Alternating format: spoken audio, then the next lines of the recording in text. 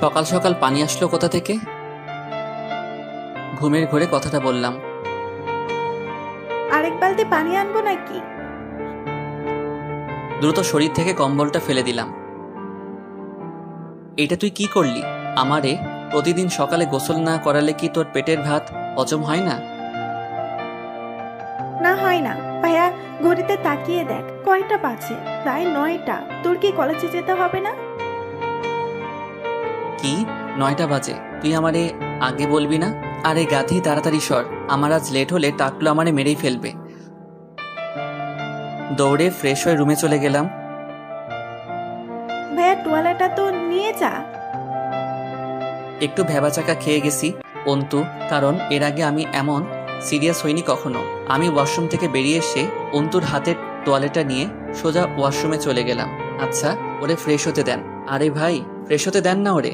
আপনারা এদিকে আসেন, পরিচয়টা দিয়ে দেই। ওই মিয়া, ওই দিকে কি দেখেন? এই দিকে তাকান। আমি তন্ময়, মানে গল্পের নায়ক। আমি এবার ইন্টার ফার্স্ট ইয়ারের ছাত্র। সকাল সকাল সিরিয়াস মোডে আছি, কারণ গতকাল ক্লাসে ডাকলো, মানে প্রিন্সিপাল আমারে ওয়ার্নিং দিছে, সময় মতো ক্লাসে না পেলে আমারে হালুয়া বানাবে। থাকার পরিচয় নিতে হবে না, গল্পটা শুনতে থাকেন এবার। ফ্রেশ রুম থেকে এসে দ্রুত তৈরি হয়ে নিলাম, কারণ দ্রুত ক্লাসে যেতে হবে। সিঁড়ি দিয়ে নিচে নামতেই দেখলাম সবাই নাস্তার টেবিলে নাস্তা করছে। তন্ময়, নাস্তা করে যা। না আম্মু, ক্যান্টিনে করে নিব। কিছু তো খেয়ে যা। বেঁচে থাকলে অনেক কিছু খেতে পারবো, এখন ক্লাসে যাই। আর কোনো কথা না বলে বাইক নিয়ে বেরিয়ে পড়লাম। কিছু দূর যেতেই বাইক বন্ধ হয়ে গেল। যা শালা, এখনই কি তোর নষ্ট হতে হলো? কথায় আছে না, ভাগ্য যদি মারে। না থাক, এরপরেরটুকু বলবো না। এখন কি করি? বাইকটা রেখে একটা সিএনজি ধরে কলেজে এলাম। কলেজের গেট দিয়ে ঢুকতেই বুকের ভিতরে হার্টবিট চরম গতিতে উঠতে নামতে থাকলো। আল্লাহ তাআলার নাম আর সূরা ইউনুস পড়তে পড়তে ভিতরে ঢুকলাম। আমি সামনের দিকে তাকিয়ে হাঁটছি আর আশেপাশে লক্ষ্য করছি টাকলো মশাই কোথায়। হঠাৎ পিছন থেকে কেউ এসে জড়িয়ে ধরলো। ভয়ে সূরা ইউনুস জোরে জোরে উচ্চারণ করতেছি। মেয়ের কণ্ঠে বলতে লাগলো, প্লিজ আমাকে বাঁচান, ওরা আমার ইজ্জত নিতে চায়, প্লিজ বাঁচান। মেয়েটার কণ্ঠ শুনে দেখে প্রাণটা ফিরে এলো। এতক্ষণ বেচারা প্রাণটা উড়াউড়ি করতেছিল, তবুও কিছুটা ভয় আছে। এটা নামক ভূত হতে পারে। পিছনে ঘুরে তাকাতেই আমি হা করে তাকিয়ে রইলাম। মেয়েটি সাক্ষাৎ পরি, চোখ দুটোতে কাজল, ঠোঁটে হালকা লিপস্টিক। ড্রেস সম্পর্কে বলতে পারবো না, কারণ মেয়েদের ড্রেস সম্পর্কে তেমন ধারণা নেই, কিন্তু চোখে গান্ধীজি চশমা পড়েছে। যাই হোক, কানা তো কানাই। মেয়েটা আবার বলল, আমাকে বাঁচান ওদের হাত থেকে, প্লিজ। মেয়েটির কথা শুনে বাস্তবে ফিরলাম। সামনে তাকিয়ে দেখি কিছু ছেলে দৌড়ে আসতেছে। মেয়েটি আমার পিছনে লুকিয়ে গেল। কিছুক্ষণের মধ্যে ছেলেগুলো আমার সামনে এসে দাঁড়ালো। ওই মেয়েটারে আমাদের কাছে দিয়ে ক্লাসে যা। এতক্ষণে প্রিন্সিপাল সহ সকলে এসে হাজির। এই পিটার, এসব বাদ দে, ক্যান্টিনে ঝামেলা করিস না। পিটার নামের ছেলেটা প্রিন্সিপালের কলার ধরে বলল, তুই প্রিন্সিপালের মতো থাক, বেশি কথা বলতে আসিস না আমাদের মাঝে। স্যারের কলার ধরা দেখে মাথা গরম হয়ে গেল। হাত মুঠো করে ঠাস করে গলায় একটা ঘুষি মারলাম। পিটার কলার ধরে বসে পড়ল, আর বাকিগুলো নিজেদের পকেট, ঘাড়, পা থেকে ছুরি, চাইনিজ কুড়াল, রড বের করলো। স্যার, একটু সরে দাঁড়াবেন প্লিজ। হ্যাঁ? পিটারের সামনে বসে বললাম, দেখ ভাই, তোদের সাথে আমার কোনো ঝামেলা বা ঝগড়া নেই। তোদের প্রথম ভুল, ওই মেয়েটাকে টিচ প্লাস রেপ করতে চাইছিস। দ্বিতীয় ভুল, স্যারের কলার ধরে উঁচু গলায় কথা বলেছিস। কথাটা বলতে বলতে একটা ছেলে ছুরি মারলো। আমি হাত দিয়ে আটকালাম। তারপর রাম ধোলাই শুরু হলো। একটা ছেলের ছুরি আমার হাতে এসে লাগলো। অনেকটা রক্ত পড়ছে। কে দেখে কার রক্ত? মাথা যখন গরম থাকবে, হওয়াটাও গরম থাকবে। সবগুলারে ঠাস করে মেরে শুইয়া দিলাম। তারপর কিছু না বলে আমি ক্যান্টিনে চলে গেলাম। ক্যান্টিন থেকে একটা মাম বোতলের পানি নিয়ে এক ঢোকে সবটুকু খেয়ে ফেললাম। তারপর স্যারের সামনে এসে, সরি স্যার, আপনার সামনে ওদের মারতে হলো। আসলে আপনাকে অপমান আর ওই মেয়ের ইজ্জত, এই দুটার কথা ভাবতেই মাথা গরম হয়ে গেছিল, তাই ওদেরকে মেরেছি। হঠাৎ কিছু বুঝে ওঠার আগে স্যার আমাকে জড়িয়ে ধরলো এবং আমার বন্ধু নামক হারামিগুলা এসে হাজির হলো। তন্ময়, তোর তো হাত কেটে গেছে অনেকটা, রক্ত পড়ছে। এই তামিম, ব্যান্ডেজ নিয়ে আয়। তামিম ব্যান্ডেজ নেওয়ার আগেই চশমাওয়ালি যা করলো তা দেখে পুরো ক্যান্টিনের ছেলে মেয়ে হা হয়ে গেল। মেয়েটা ওর ওড়না বুক থেকে নামিয়ে আমার হাতে বেঁধে দিল। দেখে বেশ অবাকই হলাম। আর অবাক হওয়ারই কথা, মেয়েটা যখন হাতটা বাঁধছিল ওর চুলগুলো সামনে এসে হাওয়াতে উঠছিল। দেখতে মায়াবী লাগছিল। ওর মুখের দিকে অনেকক্ষণ তাকিয়েছিলাম। পিছন থেকে রুমি ধাক্কা দেওয়াতে বাস্তবে ফিরলাম। রুমি ইশারা করে মেয়েটাকে দেখাচ্ছিল। আমি মুচকি হাসলাম। আপনার নাম কি? আমি অনামিকা। আপনি? তন্ময়। ছেলেগুলো আপনাকে অমনভাবে তাড়া করছিল কেন? আসলে আমি এই শহরের নতুন, গতকাল কলেজে ভর্তি হয়েছিলাম। আর যখন ক্লাসে আসছিলাম ছেলেগুলো আমার পিছু নেয় এবং বিভিন্ন বাজে কমেন্ট করে। রাগের বশে একটা ছেলেকে থাপ্পড় মারি, আর তখনই তোমার বাসার লোকের খবর দাও। রুমিকে ইশারা করতে রুমি অনামিকাকে ক্যান্টিনে নিয়ে গেল। চল মামা, ক্লাসে যাই। না মামা, ক্লাসে না, বাসায় যাব। এখন আর ক্লাস করতে ভালো লাগছে না। আচ্ছা চল, তোকে এগিয়ে দিয়ে আসি। না মামা থাক, আমি যেতে পারবো।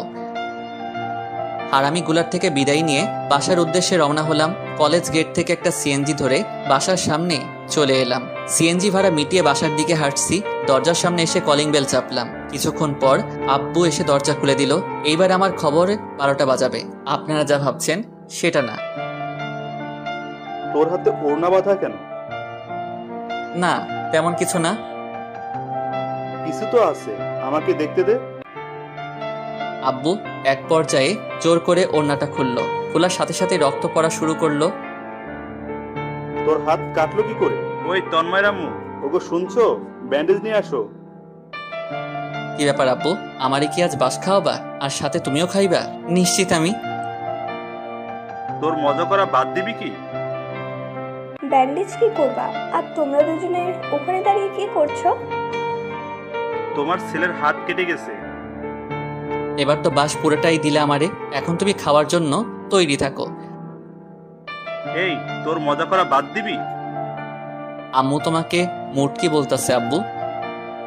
কি? আমি মুটকি? ব্যান্ডেজ নিয়ে এসে আমার সামনে দাঁড়িয়ে আব্বুর দিকে চোখ দুটো বড় বড় করে তাকিয়ে আছে। আর আমি শয়তানি হাসি দিতাছি। তুমি আমাকে মুটকি বললে কেন? না মানে আমি বলিনি। আবার মিথ্যে বলো? আমি এই ফাঁকে আম্মুর হাত থেকে ব্যান্ডেজ আর তুলা নিয়ে ভিতরে গিয়ে অন্তুকে ডাক দিলাম। আর ওইদিকে ঝড় সাইক্লোন সব চলতেছে। অন্তু আমাকে ব্যান্ডেজ করে দিল। আমি আমার রুমে চলে গেলাম। রুমে গিয়ে বিছানায় শুয়ে পড়লাম। মেয়েটির কথা ভাবতে ভাবতে কখন যে ঘুমিয়ে পড়লাম বলতে পারবো না। বিকালে ঘুম থেকে উঠে ফ্রেশ হয়ে নিলাম। হাতটা প্রচুর ব্যথা। টি শার্টটা কোনো রকমে পরলাম। তারপর বের হলাম বাইরে ঘুরতে যাওয়ার জন্য। কিছু দূর যেতেই বড়সড় একটা ধাক্কা খেলাম। আর আমার উপর মনে হলো 3 টন কেউ একজন পড়লো। চোখ খুলে আমি পুরাই টাসি খেয়ে গেলাম, কারণ এ তো অনামিকা।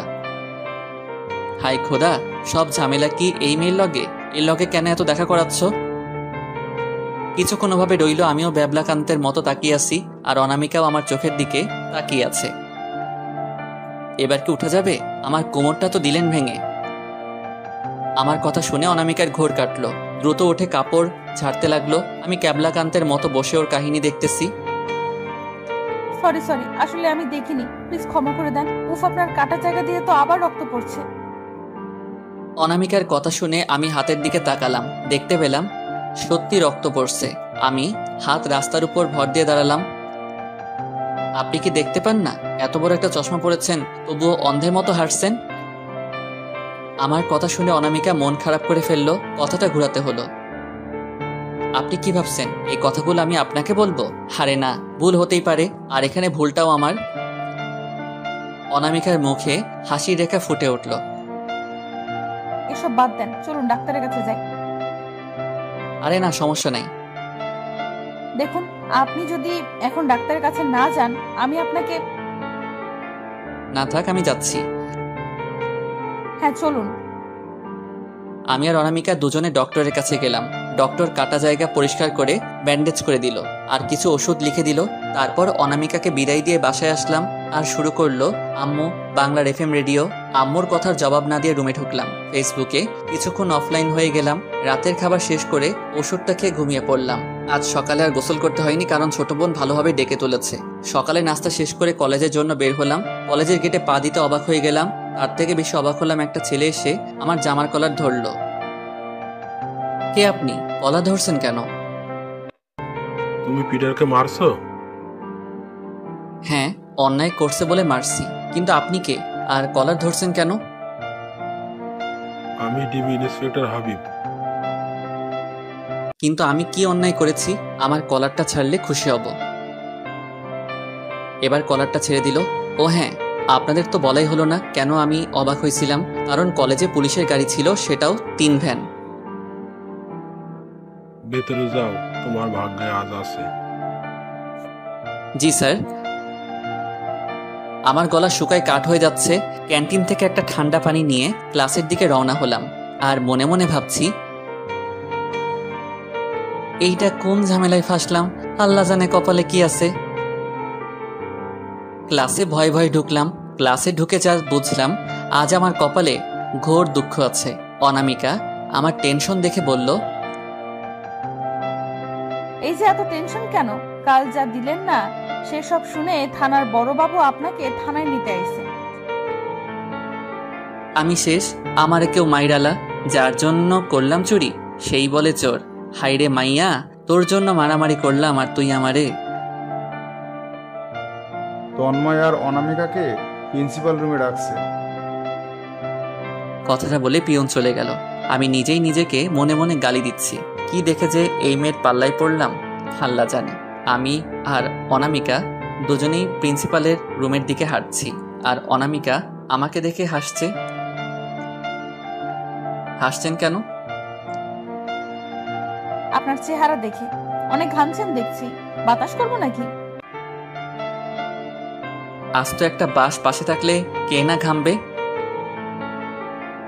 কিছু বলছেন নাকি? কই না তো। আমার না হেব্বি রাগ হচ্ছে। আপনারা বলেন, একটা মেয়েকে আমি বাঁচালাম আর সে কিনা আমারে বাস দিচ্ছে। আর প্রিন্সিপাল তো আমারে বাস ছাড় উপহার দিত। আমি শিওর কি কপাল নিয়ে চাইছিলাম আল্লাহ জানে।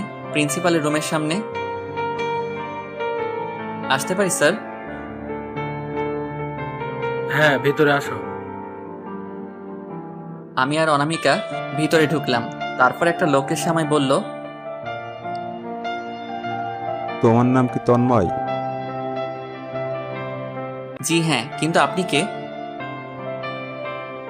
আমি অনামিকার মামা। তোমাকে যে কি বলে ধন্যবাদ দিব বলে বোঝাতে পারবো না। না আঙ্কেল, এটা আমার দায়িত্ব। আর ওনার জায়গা যে কোনো মেয়ে থাকলে আমি এমনটাই করতাম। তোমার মতো এমন করে দেশের প্রতিটি মানুষ যদি ভাবতো, এদেশের প্রতিটা মেয়ে কোনো না কোনো বাবার রাজকন্যা, কোনো মায়ের আদরের মেয়ে, কোনো ভাইয়ের কলিজা, তাহলে এদেশে ইফতেজিং ধর্ষণ হতো না। কিন্তু দুঃখের বিষয়, এদেশের মানুষগুলো এগুলো ভাবে না। তাদের চোখে নিজের মেয়েটা রাজকন্যা, অন্য মেয়েটা মাল। নিজের বোনটা কলিজা, অন্যের বোনটা মাল লাগে। এই দৃষ্টিভঙ্গির জন্য আমাদের দেশের এই অবস্থা। আর কিছু বলল না। এবার বুঝতে পারলাম এনার পিছনে পুলিশ কেন। আপনারা বুঝতে পারছেন না তাই না? আমি বুঝিয়ে বলছি। আমার মনে হয় উনি কোনো রাজনৈতিক নেতা, তাই এত ভাষণ দিতেছে। অনামিকা, তন্ময়, তোমরা এখন আসতে পারো। জি স্যার। আমি অনামিকা স্যারের রুম থেকে চলে এলাম। উনি কে? আমার মামা। ও আচ্ছা, আপনি ক্লাসে যান। আপনি কোথায় যাবেন? একটু বাবার অফিসে যাব। ও আচ্ছা, ঠিক আছে। আর একটা কথা বলবো। বলেন। আমরা কি আপনি আপনি থেকে তুমি করে বলতে পারি না? হ্যাঁ অবশ্যই। আচ্ছা, আমার দেরি হয়ে যাচ্ছে, আমি এখন আসছি। কাল কথা হবে, কেমন? ওকে, সাবধানে যাবেন। আচ্ছা ঠিক আছে, আল্লাহ হাফেজ। আল্লাহ হাফেজ। অনামিকার থেকে বিদায় নিয়ে সোজা বাবার অফিসে চলে গেলাম। বাবার সাথে কথা বলে বাসায় চলে এলাম। বাসায় ফিরতে ফিরতে বিকাল হয়ে গেল। বাসায় ঢুকে আমি বোকা হয়ে গেলাম। এখানেও অনামিকা, এই মেয়ে তো আমার পিছু লেগে গেছে, মানে ফেভিকল আঠার মতো পিছনে পড়েছে। আমি ভিতরে ঢুকতেই অনামিকা সোফা থেকে উঠে দাঁড়ালো। তুমি এখানে? আমার বাড়িতে আমি আসবো না তো কে আসবে? ও, এটা তোমার বাসা? আমার জানা ছিল না। ঠিক আছে, এবার তো জানলে। এবার আসো, আমি যেখানে যাই সেখানে তুমি আমার কাছে কি চাও? আমি তোমার কাছে কিছু চাই না।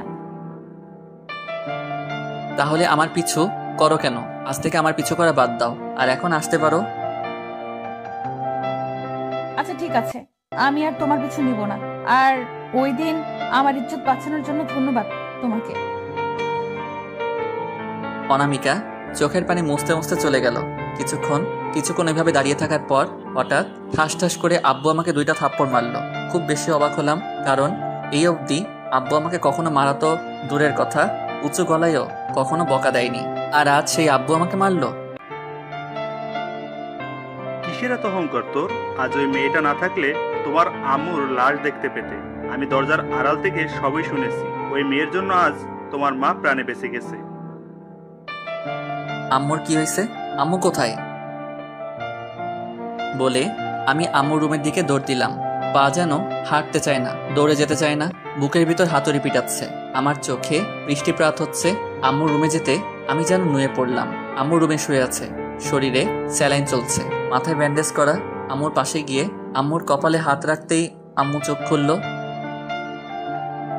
আম্মু, এসব হলো কি করে? ওই মেয়েটা না থাকলে আজ আর আমাকে দেখতে পেতি না। আম্মু এসব বলো না প্লিজ। ওর মতো একটা মেয়েকে আমার বৌমা করব, জানিস? মেয়েটা না অনেক ভালো। আম্মু তুমি চুপ করো, এই অবস্থায় তোমাকে কথা বলতে হবে না। কথাটা বলে আমি দ্রুত বেরিয়ে পড়লাম। বাইকটা নিয়ে অনামিকাকে খুঁজতে লাগলাম, কিন্তু অনামিকার কোথাও খুঁজে পাচ্ছি না। পশ্চিম আকাশে সূর্য ডুবতে বসেছে। অনামিকাকে না পেয়ে আনমনে পুকুর পাড়ে বসে আছি। কিছুক্ষণ বসে থাকার পর পাশ থেকে কিছু ছেলে একটা মেয়ের উঁচু গলায় কথা শুনতে পেলাম। কণ্ঠটা মনে হলো অনামিকার। দ্রুত ওইখানে পৌঁছালাম। গিয়ে দেখি কিছু ছেলে অনামিকাকে বাজে ভাষায় টিচ করছে। কিছু না ভেবে অনামিকার পাশে দাঁড়ালাম। এই হালারপুর, তুই ক্যাডারে? তোর এখানে কাজ কি? আমাদের কাজ করতে দে, এখান থেকে কেটে পড়। ভাইয়া, মেয়েটাকে আমি নিতে এসেছি। আরে মজনু নাকি? তৃতীয় ছেলেটা অনামিকার কোমরের দিকে হাত বাড়ালো। আমি হাতটা ধরলাম। কি ভাই, আমি এখনো ওপেন করিনি। তাহলে খুব ভালো রে ভাই, আমি ওপেন করে দিই। কথাটা শুনে মাথায় রক্ত উঠে গেল। ছেলেটার এক হাত ধরে খুব জোরে বুকের পাশে একটা লাথি মারলাম। ছেলেটা বেশ অনেক দূরে পড়লো। একটার মারা দেখে বাকি 2টা পালালো। চলো। আমি যাব না। আমি তো তোমাকে পিছু করি, বিরক্ত করি। তাহলে তুমি কেন এসেছো? তুমি চলে যাও। সরি। কান ধরতে হবে না। যার জন্য বিরক্ত হও তার কাছে ক্ষমা চাইতে হবে না। অনামিকা কথাটা বলে হাঁটতে শুরু করলো। আমিও ওর পিছু পিছু হাঁটছি। সন্ধ্যা লেগে গেছে। রাস্তার পাশে হলুদ ল্যাম্পপোস্টের আলো জ্বলে উঠেছে। হালকা বাতাস বইছে। আমার পিছু নিচ্ছ কেন? না মানে এমনি। এমনি মানে কি? হ্যাঁ, আমার পিছু নিলে পা ভেঙে দিব। কথাটা শুনে আমি চলে এলাম, কারণ আমি ভালো করে বুঝতে পারলাম হেব্বি রেগে আছে। আপনারা কি ভাবছেন আমি বাসায় যাচ্ছি? আরে না, আমিও রাগ ভাঙানোর জন্য একটা জিনিস আনতে যাচ্ছি। দৌড়ে চলে গেলাম ফুলের দোকানে। ফুলের দোকানদারকে, মামা একটা গোলাপ ফুলের তোড়া দাও। দিচ্ছি মামা। কিছুক্ষণের মধ্যে ফুলের তোড়াটা বানিয়ে আমাকে দিল। মামা, কয়টা টাকা? মামা 500 টাকা। মানিব্যাগ থেকে টাকাটা বের করে দিয়ে আবারও দৌড়াতে শুরু করলাম। অনামিকাকে যেখানে রেখে চলে আসছিলাম, অনামিকা সেখানে দাঁড়িয়ে আছে। আমাকে দেখে হাঁটতে শুরু করলো। আমি দৌড়ে ওর সামনে দাঁড়ালাম। কি হয়েছে? সামনে দাঁড়ালে কেন? তোমাকে কিছু বলার আছে। কি বলবা বলো। তোমাকে যে ভালোবাসি কি করে যে বলি। কিছু বললে বলো, না বললে আমি চলে গেলাম। কি করব, বুকের ভিতর থাকা হার্টবিট বাড়তে শুরু করলো। যাই হোক, আমাকে তো বলতেই হবে, নাকি আমার হয়ে আপনারা বলে দিবেন? আপনারা বলে দিলে আমার ভালোই হয়। হাঁটু কেটে অনামিকার সামনে ফুল নিয়ে,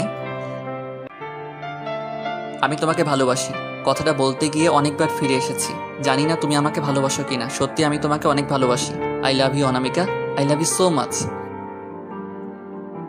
অনামিকা আমার হাত থেকে ফুল নিল আর আমি উঠে দাঁড়ালাম। তারপর অনামিকা যেটা করলো তার জন্য আমি মোটেও প্রস্তুত ছিলাম না। হঠাৎ হাত থেকে ফুল ফেলে দিয়ে আপাতত আমার গালে হাত দেওয়া। ওই, আপনার আবার গালে হাত দিয়েন না কিন্তু। অনামিকার দিকে অপলক দৃষ্টিতে তাকিয়ে আছি। কিছুক্ষণ আমার দিকেও তাকিয়ে রইল অনামিকা। দুজনেই নিশ্চুপ, কেউ কোনো কথা বলছে না। নীরবতা ভেঙে অনামিকা বলল,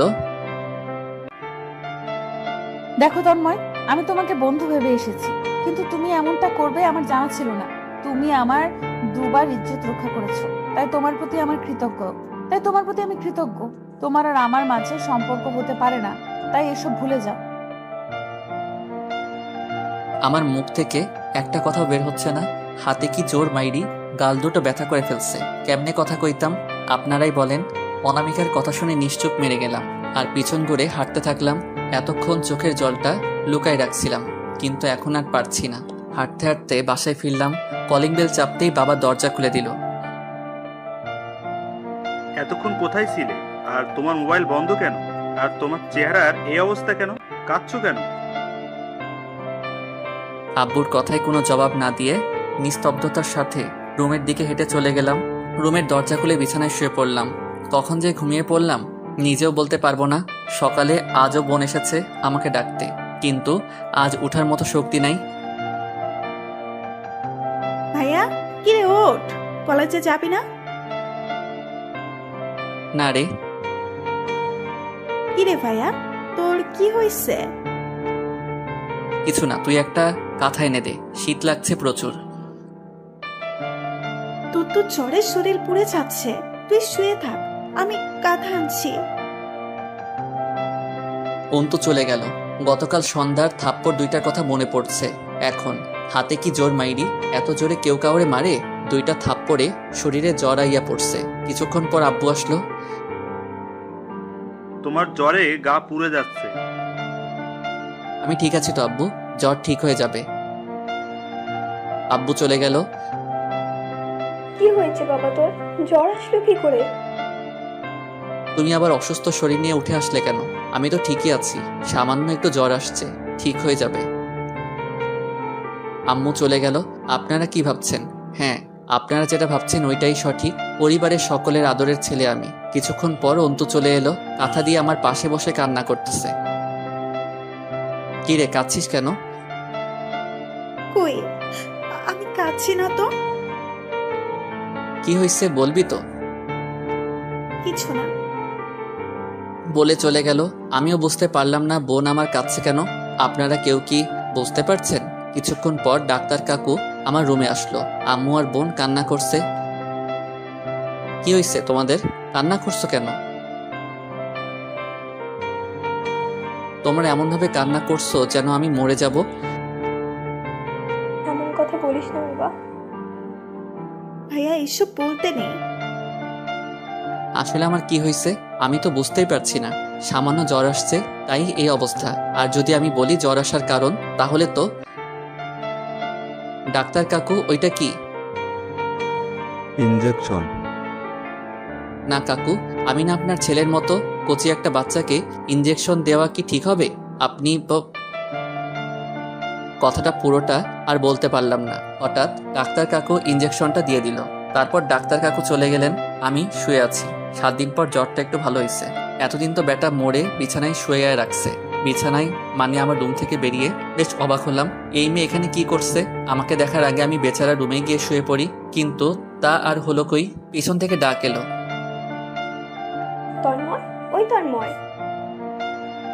জি আম্মু। এদিকে আয় তো বাবা। আসছি আম্মু। অন্তু, ওই অন্তু। আম্মু, অন্তু কই?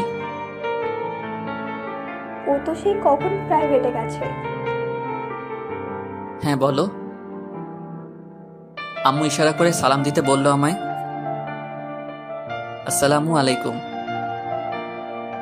ওয়ালাইকুম আসসালাম। কেমন আছো? জি ভালো, আপনি? দাঁড়িয়ে আছো কেন? এখানে বসো। জি। আম্মুকে ইশারা করে বললাম, এনারা কারা? এনারা তোর মামা, আমাদের বাড়ির পাশেই এনাদের বাসা। আর এনারাই অনামিকার বাবা মা। তুই ওষুধ খেয়েছিস? অনামিকার দিকে তাকিয়ে বললাম, হ্যাঁ আম্মু। কেন, ওর কি হয়েছিল? এবার আম্মুকে বলতে না দিয়ে আমি বললাম, আর বইলেন না মামি, একটা কানা মানে চশমাওয়ালি মেয়ে দুই আগলে জোরে জোরে আদর করছিল। ওই মাইয়ার হাত তো নয় যেন হাতুড়ি, যার জন্য 7 দিন জ্বর এসেছিল। কি, তুই মেয়েদের হাতে? আর বলল না। অনামিকার দিকে তাকালাম, চোখ দুটো রাগে লাল হয়ে গেছে। আমার দিকে চোখ দুটো বড় বড় করে তাকিয়ে আছে। শালি আমাকে মারার আগে মনে ছিল না? দেখো তোমারে আরো কত কি করি আমি। এই যা, অনামিকাকে রাগাতে গিয়ে আমার মান ইজ্জত পানিতে ফেলাই দিলাম। এখানে থাকলে আমার মান সম্মান যতটুকু আছে ওইটাও চলে যাবে। আমি কেটে পড়ি, যা ভাবা তাই করা। দে ভোকারটা এক দৌড়ে আমার রুমে এসে মোবাইলটা নিয়ে গেমস খেলতেছিলাম। হঠাৎ দেখি আমার হাতে মোবাইল নাই। ও মা, এটা কি হইল? আমার রুমে ভূত আইলো নি নাকি আমি স্বপ্ন দেখতেছি? গায়ে জোরে একটা সিমটি কাটলাম। না স্বপ্ন না, আমি তো জেগেই আছি। বিছানার আশেপাশে তাকিয়ে দেখলাম মোবাইল নাই। ফ্লোরে তাকাইয়া দেখি আমার 30,000 টাকার ফোনটা পইরা কইতাছে, বেড়া আমারে মাইরা ফেললো আর তুই বইয়া আসিস, আমারে বাঁচাইলি না, তোর কপালে বউ জুটবো না, দেখালোস। আমি মোবাইল থেকে সামনে তাকাতে আমার গলা শুকিয়ে গেল। তুমি তুমি আমার মোবাইল ভাঙলা কেন? আমি কানা? হ না থুকু, আমি কানা। আমার হাত না হাতুড়ি? না মোটেও না, তোমার হাতের মতো এরকম নরম একটা হাত তো কখনো খুঁজে পাবো না। ওই শালা, তোরে আমি আজ খাইছি। আমি তোমার সাথে আমার বোনরে বিয়া দিব না। তোমার লগে বিয়া দিলে আমি মামা ডাক শুনতে পারবো না। আর তুমি কি রাক্ষসী যে আমাকে খাবা?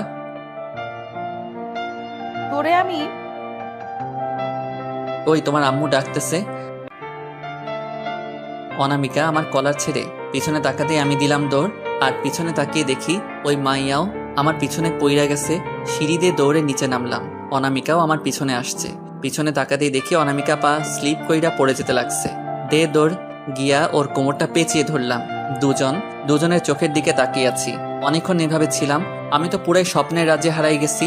হঠাৎ কারো কাশিতে আমার স্বপ্নের 12টা বেজে গেল। দ্রুত অনামিকাকে ছেড়ে দিলাম। ছেড়ে দিয়ে তাকাতেই দেখি অন্তু, আর এইদিকে একটা ধপাস করে শব্দ। নিচে তাকিয়ে দেখি অনামিকা মাটিতে শুয়ে আছে। দে লারা চিনি ছাড়া আমি এখন কি করি? আমি এক হাত বাড়িয়ে দিলাম। অনামিকা উঠে দাঁড়ালো আর ছোট বইন আমারে ভাষণ শোনানো শুরু করলো। শুনবেন নাকি? তাহলে শুনেন। তুই কখনো মানুষ হবে না, একটা বান্দর বান্দরই থেকে যাবি। ভাবি, তুমি ব্যথা পাওনি তো? অনামিকাকে উদ্দেশ্য করে বলে ওকে তুলে সোফায় বসালো। ভাবি।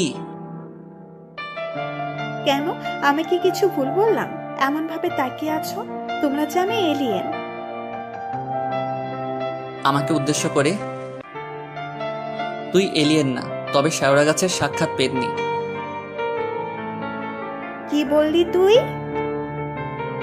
আরে বোন, আমি তোকে বলবো কেন? এখানে কি শুধু তুই আছিস? অন্য কেউ তো আছে।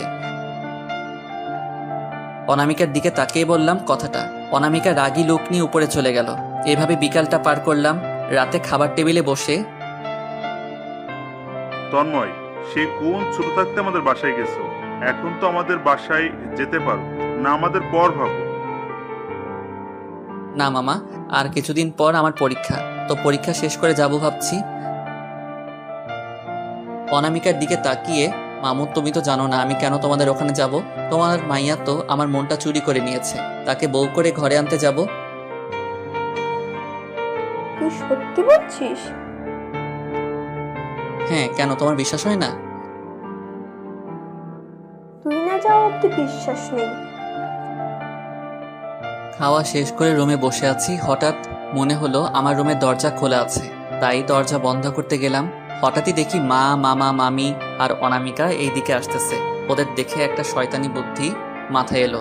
দরজা আটকায় না দিয়ে পর্দার আড়ালে লুকিয়ে রইলাম।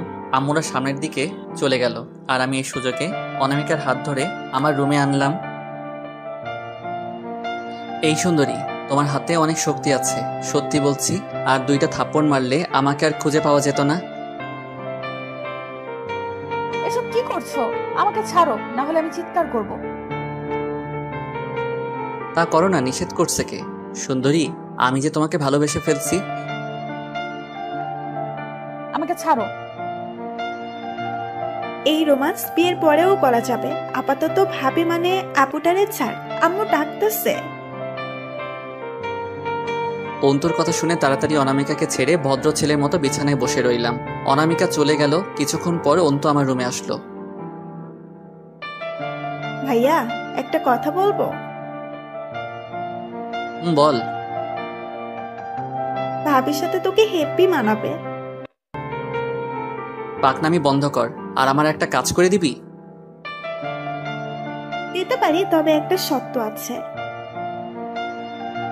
এখানেও শর্ত? কোথায় বড় ভাইয়ের কাজে হেল্প করবি তা না শর্ত দিতেছিস? বাহ, ভালো তো। তোর মতো বোন প্রতিটা ঘরে ঘরে একটা করে বোন হওয়া দরকার। এই বকবকরা, শর্তে রাজি থাকলে কাজ করে দিব, না হলে আমি গেলাম। আচ্ছা বল, তোর কি শর্ত? অনামিকা আপুকে আমার ভাবি করবি, কথা দে। করব, শুধু এইটাই তো? ছি না, আরো শর্ত আছে। আমাকে কাল বিকেলে ঘুরতে নিয়ে যেতে হবে। ঠিক আছে, নিয়ে যাব। এখন বল, কি কাজ করতে হবে? অনামিকাকে একটা জিনিস দিবি। ঠিক আছে, কখন দিতে হবে বল। কাল দিলে হবে। তোর জন্য আরেকটা ভালো খবর আছে। কি বল?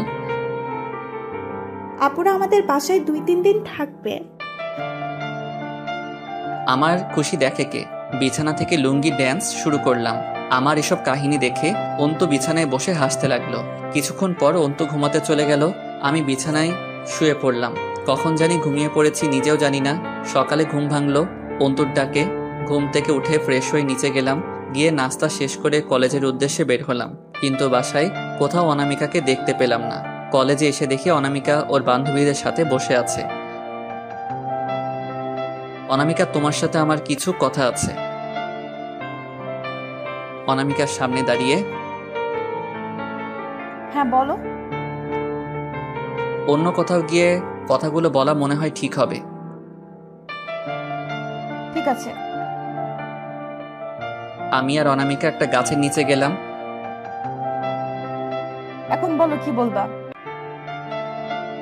অনামিকা, আমি তোমাকে ভালোবাসি। এই কথাটা বলার জন্য।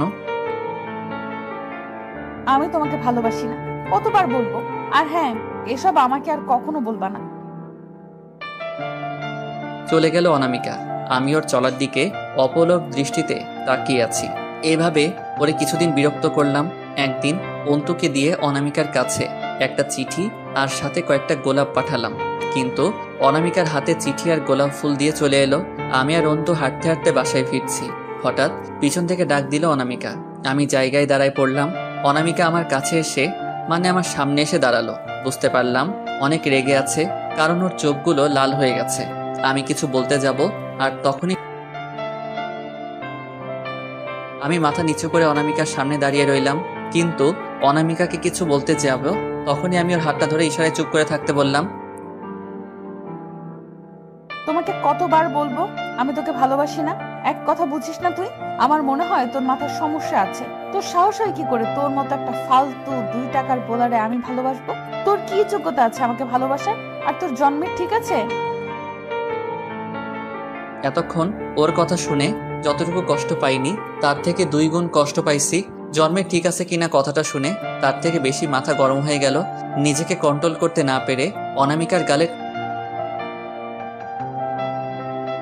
হ্যাঁ আমার জন্মের ঠিক নাই বলে তোকে এত ভালোবাসি, জন্মের ঠিক নাই বলে নিজের জীবন বাজি রেখে তোর ইজ্জত রক্ষা করছিলাম। আমায় অন্য কথা বললে তোকে হয়তো মনে রাখতাম, কিন্তু এই কথাটা বলার জন্য আজ এখন এই মুহূর্ত থেকে তোকে আমি ঘৃণা করি। কথাটা বলে চলে এলাম। বুকের ভিতর মনে হয় কেউ হাতুড়ি দিয়ে পিটাচ্ছে। কোনো কথা না বলে আমি আর অন্তু হাঁটতে থাকলাম। হাঁটতে পারছি না, পা দুটো রাস্তাতে মনে হয় আটকে আছে। অবশেষে বাসায় ফিরলাম। বাসায় ঢুকে সোজা রুমে চলে গেলাম। রাতে আর খাওয়া হলো না। অনেকবারই আম্মু আর আব্বু ডাকতে এসেছিল খাওয়ার জন্য। অন্তু বাসায় আসার পর থেকে আমার সাথে কথা বলছে না। বিছানায় শুয়ে মাথার উপরে ঘোরা ফ্যানের দিকে তাকিয়ে আছি আর অনামিকার কথাগুলো ভাবছি। আমি তো ওর অনেক বিরক্ত করলাম, আর না, আজ থেকে ওকে আর বিরক্ত করব না। কথাগুলো ভাবতে ভাবতে দু চোখের কোণে পানি চলে এলো। কখন যে ঘুমিয়ে গেলাম বলতে পারবো না। সকালে হঠাৎই ঘুম ভেঙে গেল। আজ আর অন্তু আমাকে ঘুম থেকে ডাকেনি ভেবে অনেকটা অবাক হলাম। ঘড়িতে তাকিয়ে দেখে 11টা বাজে। ফ্রেশ হয়ে নিচে গেলাম। নিচে গিয়ে যা দেখলাম তা দেখে মাথা গরম হয়ে গেল। সকাল সকাল এই মেয়ে এখানে কেন? আমি নিচে না নেমে আমার রুমে গিয়ে তৈরি হয়ে নিলাম। তারপর নিচে নামলাম। কই যাচ্ছিস? এই তো আড্ডা দিতে। তোকে আড্ডা দিতে যেতে হবে না, এখন তোর নানুদের বাসায় চল। আমি যাব না, তুমি চলে যাও। কি বললি? আবার বল। ঠিক আছে, এত রাগ করতে হবে না, আমি যাব। অন্তু কোথায়? ও ছাদে গিয়েছে। আম্মুর সাথে কথা বলে ছাদে চলে এলাম। অনামিকার দিকে তাকাইনি একবারও। এটা দেখে অনামিকা নিশ্চয়ই খুশি যে আমি তাকে বিরক্ত করা ছেড়ে দিয়েছি। আমি ছাদে চলে গেলাম। ছাদে গিয়ে দেখে অন্তু দোলনায় দোল খাচ্ছে। আমাকে দেখে উঠে চলে আসতেছে। এই অন্তু, কোথায় যাচ্ছিস? ছাড়ো, আমি নিচে যাব। তোর সাথে আমার কিছু কথা আছে, এদিকে আয়। অন্তুকে নিয়ে দোলনায় বসালাম। বলো, কি বলবা? কি হয়েছে তোর? আমার সাথে কথা বলছিস না কেন? দেখো ভাইয়া, অনামিকা আপু তোমার সাথে এতটা খারাপ ব্যবহার করলেও তারপরেও আমি তোমাকে কিছু বলিনি। তুমি তার জন্য সারাদিন খাওনি, তুমি সারাক্ষণ কান্না করছো, তবুও আমি কিচ্ছু বলিনি। শুধু তোমাকে একটা কথাই বলবো, যাকে এতটা ভালোবাসো সে যেহেতু তোমাকে ভালোবাসে না, তুমি তাকে কেন ভুলে যাচ্ছ না? দেখ বোন, আমিও চেষ্টা করছি অনামিকাকে ভুলে যেতে। অনামিকা যেহেতু আমাকে চায় না, তাহলে আমি মনে রেখে কি করব? কিন্তু আমি যে পারছি না। যতবারই ভুলতে যাব ততবারই ওর কথা মনে পড়ে ওর মায়াবী চেহারাটা। আমি কি করব বল? নিজের অজান্তে চোখের কোণে জল চলে এলো। এই চোখের পানের মূল্য যদি অনামিকা আপু জানতো তাহলে তোমাকে আজ কাঁদাতো না। তুমি ওর জন্য কি করনি বলো তো? ওই মেয়ের জন্য নিজের একটা কিডনি দিয়েছো, আর আজ সেই মেয়ে তোমাকে এতটা অপমান করলো। তুই এসব জানলি কি করে? আমি সেদিন আমার বান্ধবীকে দেখতে হসপিটালে গেছিলাম, গিয়ে দেখি তুমি ডাক্তারের হাতে পায়ে ধরে মেয়েটার কিডনি দিতে চাচ্ছ। পরে তুমি চলে যাওয়ার পর আমি ডাক্তারের সাথে কথা বলে জানতে পারি সেই মেয়েটা আর কেউ না, সেই মেয়েটা অনামিকা। আমার কসম লাগে বোন, এই কথা আমি আর তুই ছাড়া যেন আর কেউ না জানে। অন্তুর হাত আমার মাথায় হাত রেখে, আজ আমি তোমার মাথায় হাত রেখে কথা ঠিকই দিচ্ছি, কিন্তু মনে রেখো একদিন ঠিকই এই কথাগুলো সবার সামনে আর কাউকে না বললেও আমাকে নিয়ে অনামিকাকে বলবো। কথাটা বলে অন্তু চলে গেল। অন্তু বোন, আমার একটাবার কথাটা তো শোন। অন্তু আমার কোনো কথা না শুনে চলে গেল। আজ চিৎকার করে বলতে ইচ্ছা করছে, আমার সাথে এমন করছো খোদা, চাইলেও চিৎকার করতে পারছি না। দু চোখ বেয়ে নদী বইছে আর আমি বসে আছি দোলনায়। ও হ্যাঁ, আপনাদের একটু ফ্ল্যাশব্যাক থেকে ঘুরিয়ে আনি। আপনারা যাবেন তো? তাহলে চলুন। সেদিন ছিল আমার জীবনের একটা সব থেকে ভালো লাগার দিন। আপনারা নিশ্চয়ই জানেন, অনামিকার 2টা থাপ্পড়ে আমার 7 দিন জ্বর এসে গেছিল। ওই দিন যখন আমি বাসায় আসি তখন প্রায় রাত্রি 11টা বাজে। একাকী বেলকনিতে বসে আছি। মনের মাঝে একটা কথাই ভাসছে, অনামিকা আর অনামিকা। ভাবনার বিচ্ছেদ ঘটিয়ে দিল একটা কল। মোবাইলটা হাতে নিতেই দেখলাম রফিকের নাম্বার। কলটা পিক করলাম। তার আগে চোখ দিয়ে বেয়ে পড়া বৃষ্টির পানি মুছে নিলাম। কই তুই? বাসায়। কেন, কি হয়েছে? দোস্ত, দ্রুত হাসপাতালে চলে আয়। কেন, কি হয়েছে? কিছু জানতে চাস না? দ্রুত হাসপাতালে চলে আয়। বলে ফোনটা কেটে দিল। আমার মাথায় কাজ করছে না, অনেক টেনশনে পড়ে গেলাম। দ্রুত বাসা থেকে বের হলাম। রাস্তায় বের হয়ে সিএনজি নিয়ে সোজা হাসপাতালের দিকে রওনা হলাম। হাসপাতালে পৌঁছে সিএনজির টাকা দিয়ে বিদায় করলাম। সামনের দিকে পা বাড়াচ্ছি, কিন্তু আমার পা যেন মাটিতে থেকে উঠছে না। অনেক কষ্ট করে পা চালাচ্ছি, কিছুতেই পা দুটো দ্রুত হাঁটতে পারছে না। আজ মনে হয় পা দুটোকে মাটি গ্রাস করে ফেলবে। 2 মিনিটের পথ মনে হচ্ছে 2 বছর ধরে হাঁটছি। অনেক ক্লান্ত, অনেক কষ্ট করে অবশেষে রফিকের কাছে পৌঁছালাম।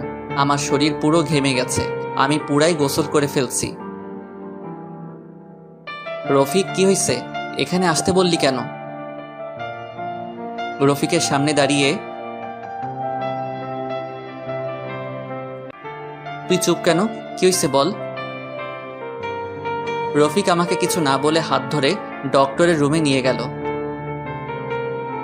কাকা, আপনি ওরে বলেন অনামিকার কথা। অনামিকা? অনামিকার কি হয়েছে? রফিক, বল প্লিজ। দেখো, ওর 2টা কিডনি নষ্ট হয়ে গেছে। কথাটা শুনে আমার মাথায় আকাশ ভেঙে পড়ল। একটা কিডনি হলে ওকে বাঁচানো যাবে। ডাক্তার, কিডনি আমি দিব, তবে একটা কথা রাখবেন আমার। হ্যাঁ, বলো। আমি ওকে কিডনি দিব, কথা আপনি, আমি আর রফিক ছাড়া অন্য কেউ যেন না জানে, প্লিজ। অনেক ভাবার পর বলল, আচ্ছা ঠিক আছে, কাল 12টা বাজে হাসপাতালে চলে এসো, কাল অপারেশন হবে। এটাই ছিল ফ্ল্যাশব্যাক। এবার বর্তমানে আসেন। আমি দোলনায় বসে সেই দিনের রাতের কথা ভাবছিলাম। কখন যে বৃষ্টি পড়ছে খেয়াল করিনি। হঠাৎ মাথার উপর বৃষ্টি পড়া বন্ধ হয়ে গেল। মাথা উঁচু করে দেখি আম্মু আমার মাথার উপর ছাতা ধরে রেখেছে। আম্মুর চোখে পানি।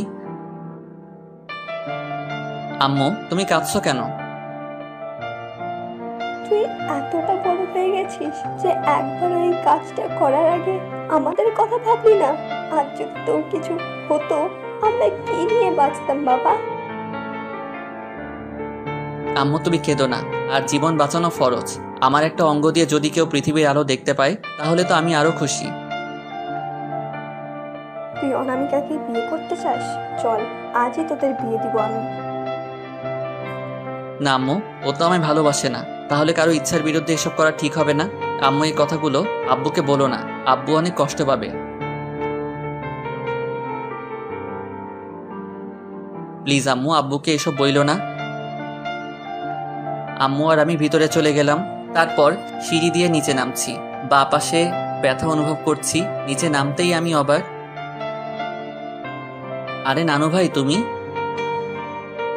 কেমন আছো নানু ভাই? ভালো, তুমি কেমন আছো? ভালো। আমাদের ওখানে যাওয়াই ভুলে গেছো। আমার কথা তো তোমার মনেই পড়ে না। আরে নানু, তোমার কথা মনে রাখবো না তো কার কথা মনে রাখবো? 5টা না 10টা না একটা মাত্র জান তুমি আমার, আর তোমাকে কি করে ভুলে যাব বলো? এই বউকে তো দেখতেই যাও না। আচ্ছা নানু, একটা কথা বলো তো। বলো। তোমার কোথায় চক্কর চলছে? দিনে দিনে এত সুন্দর কিউট কি করে হচ্ছ? প্রেম করছো নাকি? আমার এত সুন্দর একটা প্রেমিক থাকলে তো সুন্দর আর কিউট হবই।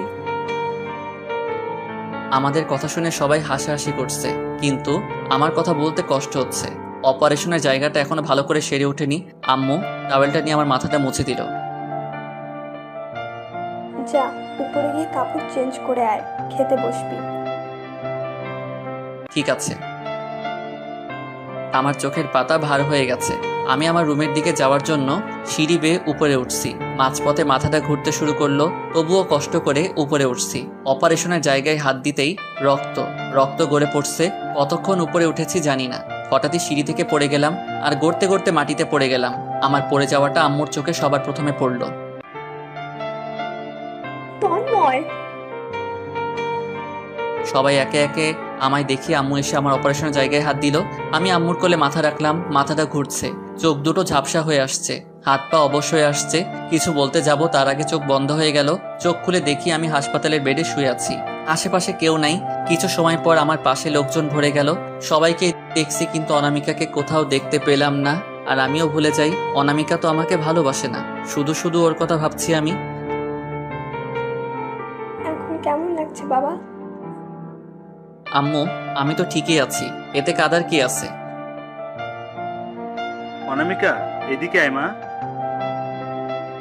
দেখলাম অনামিকা সবার শেষে দাঁড়িয়ে আছে, চোখগুলো লাল হয়ে গেছে, মনে হয় কেঁদেছে।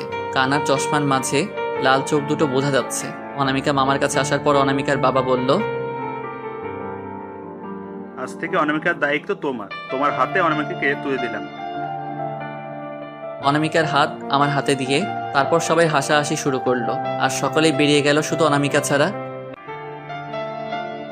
ওই শয়তান কুত্তা বিলাই বান্দর, তোর যদি কিছু হয়ে যেত আমি কাকে নিয়ে বাঁচতাম? অন্য কাউকে নিয়ে। কথাটা বলার সাথে সাথে অনামিকা আমার ঠোঁটে ঠোঁট লাগিয়ে দিল। 4-5 মিনিট পর ছেড়ে দিল, লজ্জাতে আমার বুকে মুখ লুকালো। সারা জীবন এই বুকে জায়গা দিবা তো? আমাকে ছেড়ে যাবো না তো কখনো? কখনো ছেড়ে যাব না আমার পাগলিটাকে। কথা বলো, আমাকে নিজের একটা অঙ্গ দিয়েও কেন এ কথা বলনি? তুমি জানলে কি করে এসব? আমার শাশুড়ি সব বলেছে আমায়, যদি তোমার কিছু হয়ে যেত। আমার কিছুই হবে না যদি পাগলিটা আমার পাশে থাকে। অনামিকাকে বুকে জড়িয়ে ধরে সুস্থ হয়ে বাসায় ফিরলে আমাদের নতুন জীবন শুরু হয়ে গেল, মানে আমাদের বিয়ে হয়ে গেল। শুরু হলো এক নতুন জীবনের। ভাই, কসম কানা, থুক্কু চশমাওয়ালি মাইয়াগুলো অনেক কিউট। এই যে বন্ধুরা, গল্প শেষ করে কমেন্ট না করে চলে যাচ্ছ, এইটা কিন্তু ঠিক না। তাড়াতাড়ি কমেন্ট করো। আর যারা এখনো আমাদের চ্যানেলটি সাবস্ক্রাইব করো নাই, জলদি করে সাবস্ক্রাইব করে আমাদের চ্যানেলের একজন মেম্বার হয়ে যাও প্লিজ।